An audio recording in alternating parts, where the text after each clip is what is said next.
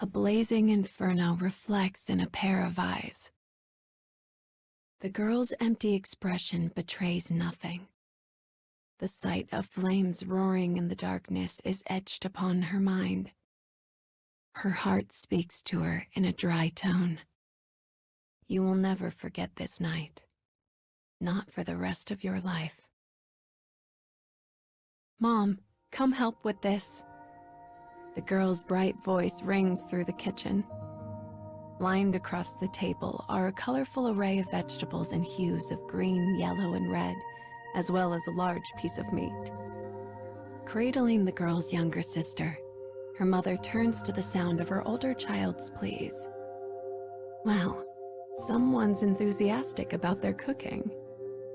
The mother looks on as the girl continues bustling about the kitchen. She is learning to cook from her mother. You need to add a little more seasoning, honey. Here, try it now.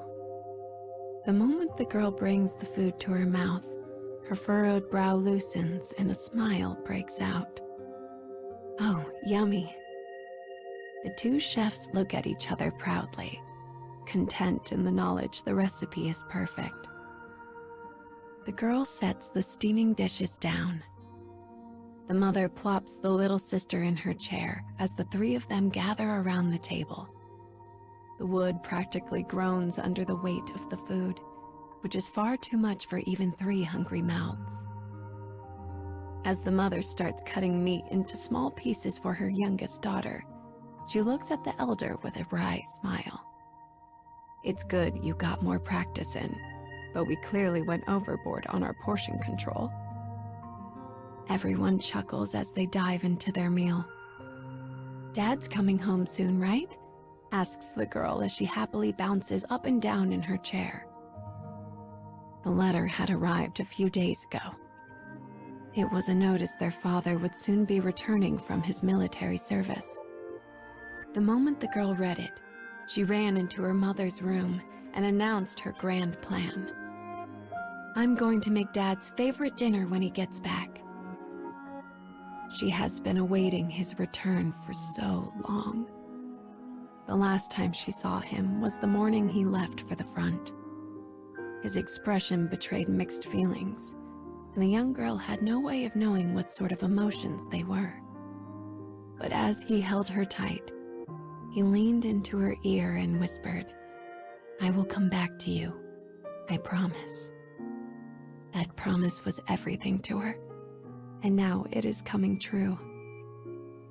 When she thinks of it, she can hardly contain herself. Feelings she managed to keep suppressed all this time are now bubbling up like water from an overfilled pot. But she manages to hold them back and keep her calm. I'm the older sister now, she thinks. I have to hold it together. Her younger sister was born after her father left, and word of her birth had not been able to reach him on the battlefield. What will Dad think when he sees her? Will he love her like me? Will he love her more than me? The girl shakes her head to clear the ugly thought away. As she rubs her swollen belly, she marvels at how well the cooking lessons have gone. Aside from her ability to judge proper quantities, of course. She leans back in her chair and indulges in a brief flight of fancy. All of her father's favorite foods are lined across the table. As he takes the first bite, a satisfied smile crosses his face.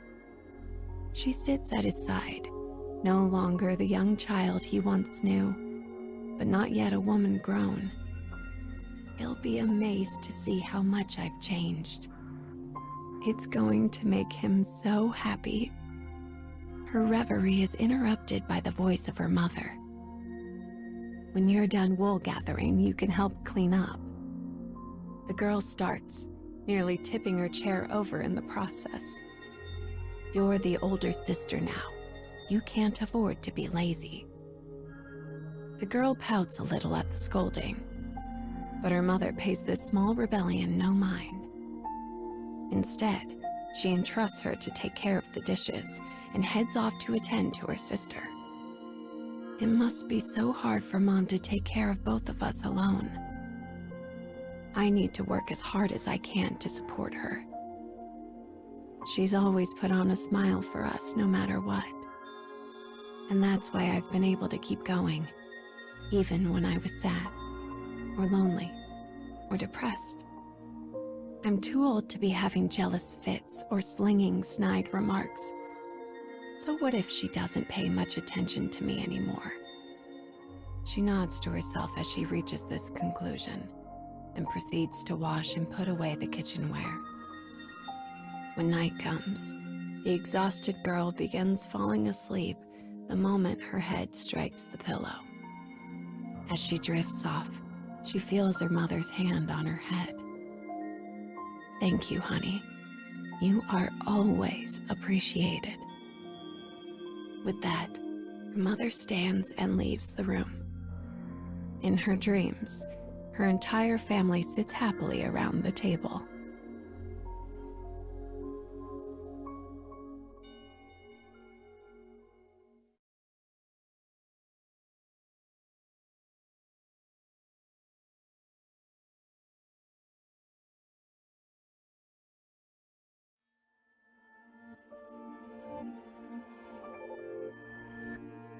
The girl stares out the window.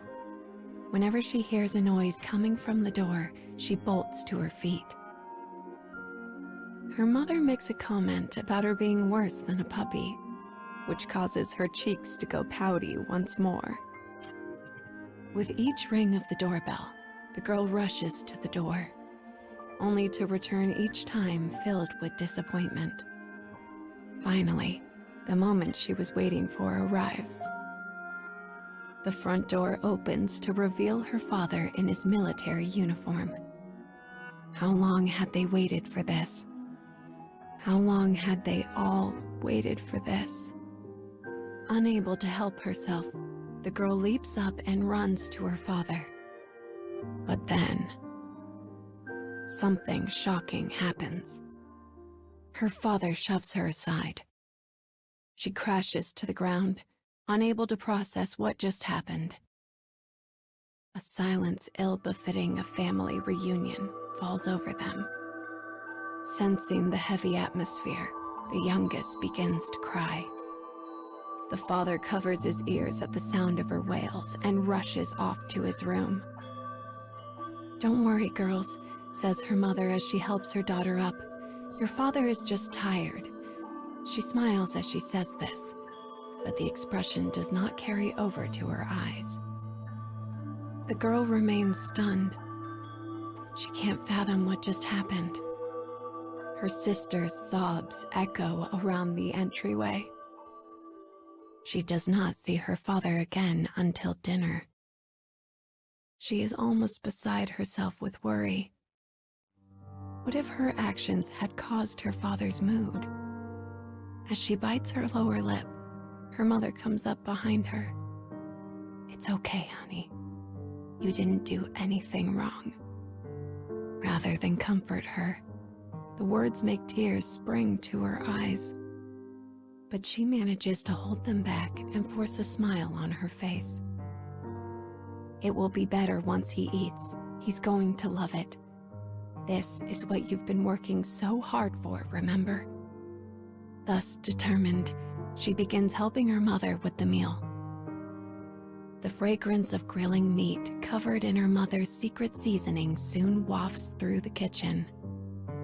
A knife falls up and down on the cutting board. As the ingredients take on new forms, the girl's heart leaps wildly between anticipation and anxiousness. They put up the decorations they'd prepared around the room and pile the plates high with steaming warm food in order to celebrate the day. And then they await the guest of honor. Sometime later, he enters the room and takes his seat. The whole family is finally together again. But her father doesn't touch his food. Instead, he just sits there. The daughter looks at him out of the corner of her eye. noticing for the first time how gaunt he has become, how pale and sickly he appears. Her dream has become reality, but there is no joy in it. She begins to wish it weren't real after all, that she might wake up from it. As that thought crosses her mind, a crash rings out. She is yanked back to reality by the sound of shattering porcelain. The carefully prepared dinner is now scattered across the floor. "Bugs," screams her father, his voice raw with terror. Oh God, they're everywhere. Her panicked father leaps up and dances away from the table. He then begins stomping the food into the floor with the heels of his heavy military boots. He is trying to squish the insects, the ones only he can see. Her little sister begins to wail again. Even her normally composed mother stares on, dumbfounded. She can't even pretend to understand what is happening. A few seconds later, her father comes to his senses. I'm sorry. I didn't mean. He lets his words trail off as he sways unsteadily on his feet. Then he bends down and begins to slowly scrape the food off the floor, moving as if in a trance. "Dad, no. Let me do it."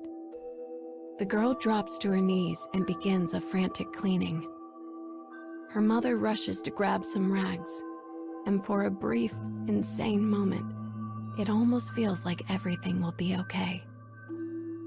But then, ow, dang it. In her rush, the girl had cut her finger on a broken shard of plate, and now drops of blood spill down to the floor. The moment her father sees it, he turns to the side and vomits. When her mother returns, she finds a room filled with horrid smells, shrieking cries, and chaos. Her father stumbles from the house and into the night without even bothering to clean himself. He does not return until the next day.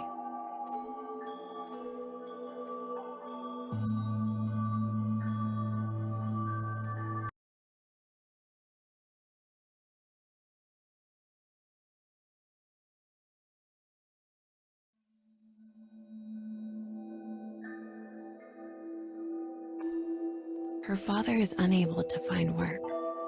Days pass, then weeks. Nothing changes. With their savings all but depleted, the mother is forced to find work outside the home. The job of watching over the younger sister falls to the elder. But youth has a way of forgetting trouble, and the little sister is constantly happy, vibrant, and full of life. Each time she begs her sister to play, it brings a bit of warmth to her tense heart. But there is also much pain as well. One day, she and her sister are playing with blocks. They build a small town with a strong gate and a mighty castle, and populate it with the little sister's toy soldiers. The girl takes out a small instrument and begins playing a jaunty march as her sister moves the soldiers to and fro. This game, which they call Parade, has been the little sister's favorite of late. Suddenly, her father wanders by the room, his face clouded. The moment he sees the soldiers, he begins to scream. "No, no, stop that right now." The girls freeze. He tears the soldiers out of the little sister's hands, rips their heads from their bodies, and kicks over the blocks. The girl stares wordlessly. Her sister begins to cry. Her father throws the ruined toys in the trash and backs out of the room with a terrified look on his face. He is a different person now. She no longer knows him. And yet, he is still her father, whom she loves.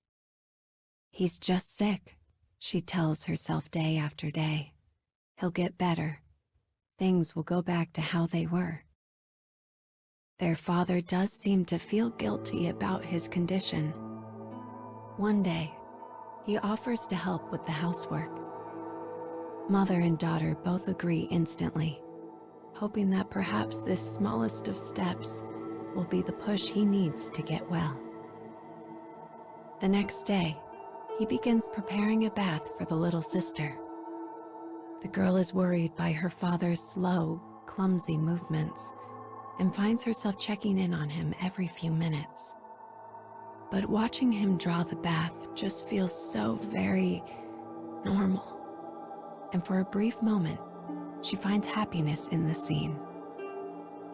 Expecting things to be ready soon, the girl peeks in and finds her father about to place her sister into the bath.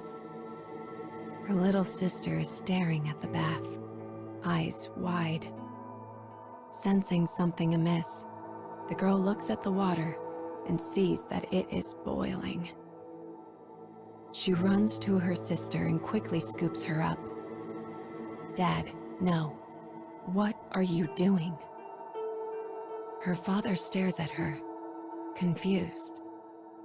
"I was just putting her in the bath." Her father's answer contains no acknowledgement of the situation's horror. She fumbles out a lame excuse about her not being ready for a bath and flees the room with her sister in her arms. She is glad her father wants to be involved with the family. She truly is. But his actions bring no joy. Mother and daughter find themselves more exhausted with each passing day. And one night, it all comes crashing down. Her patience gone, the girl's mother begins to scream at her husband. Her furious cries penetrate the bedroom walls. The girl has never heard her scream like this before. Within moments, her father begins to bellow back, and the sounds of their rage fill the air. Suddenly, the girl feels a strange sensation, almost like her heart is splitting in two. What's going to happen to us? She does not know. All she can do is close her eyes and pray.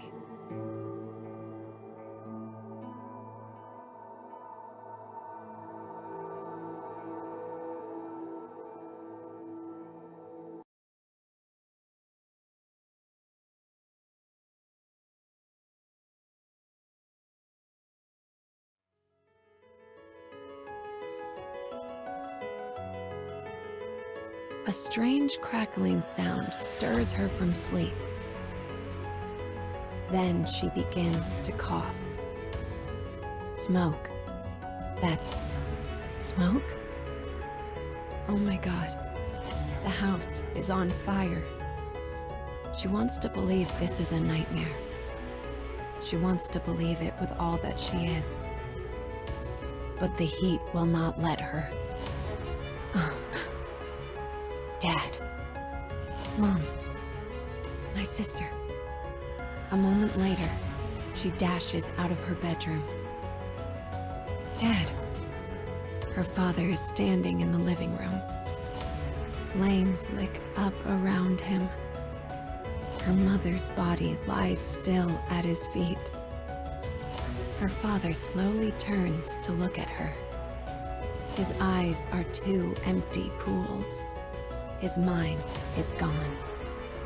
The girl stares at him, unable to act. The flames grow stronger. A vibration shakes the room. Something falls. Glass shatters. Finally, the girl snaps back to reality. She is standing in the middle of an inferno. Suddenly, her vision goes black. She smells a familiar, comforting aroma and realizes she is wrapped in her father's coat. He lifts her in his arms and sprints out of the house. When he sets her on the ground and unrolls the coat, her eyes are burned by the intensity of the flames. Her consciousness a whirl, she manages to croak out, "My sister." She does not know if he hears her or not, but he turns around and runs back into the house. His silhouette is swallowed by fire. Time passes. A minute is an age. The girl can only stare and hope. Finally, a figure emerges from the inferno. Her sister is in his arms, wrapped in a blanket. He reaches the girl and collapses to the ground. The smoking blanket unfurls to reveal her sobbing sister. The girl runs her hands over her sister to check for injuries, and is shocked to find she has none. But her father is a different story. His skin is peeled and blackened. His remaining hair crumbles to ash when she touches it. His clouded, bloody eyes stare unseeingly at nothing. After a moment, his mouth begins to move. He repeats the same words over and over. It is an apology, but it is not meant for her, nor for her sister or their mother. Instead, he is apologizing for actions during the war, his mind lost amidst fields of battles long since fought. His voice grows softer and weaker. In an increasingly faint voice, he calls his daughter's name. However, she is unable to make out whatever words follow. By the time she attempts a reply, he is gone.